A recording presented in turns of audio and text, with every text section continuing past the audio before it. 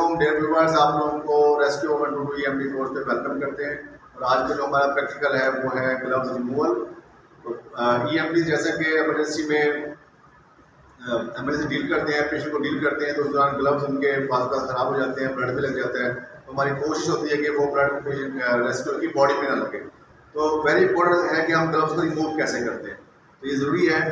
तो ग्लव्स जो हमारे कंटेमिनेटेड हुए होते हैं, इस पर ब्लड लग सकता है, कोई और बॉडी फ्लूइड लग सकता है, तो इसलिए ये जो फिंगर्स हैं ये हमारी बॉडी को, स्किन को टच नहीं करने चाहिए। तो इसको रिमूव करने का एक मेथड है, तो हम देखते हैं वो मेथड क्या है। सबसे पहले आपने ग्लव्स को यहाँ से पकड़ना है। ग्लव्स को कभी भी अंदर से नहीं पकड़ना इस तरीके से, क्योंकि अंदर वाली स्किन अगर आप पकड़ते हैं, अंदर वाली स्किन ठीक है, उस पर कोई ब्लड वगैरह नहीं लगा होगा, यहाँ पे लगा होता है आपके फिंगर्स पे। तो आपने इस फिंगर से इसे ग्लव्स को पकड़े, यहाँ से इसे रिमूव कर दें। इस ग्लव्स को यहाँ पे रखें।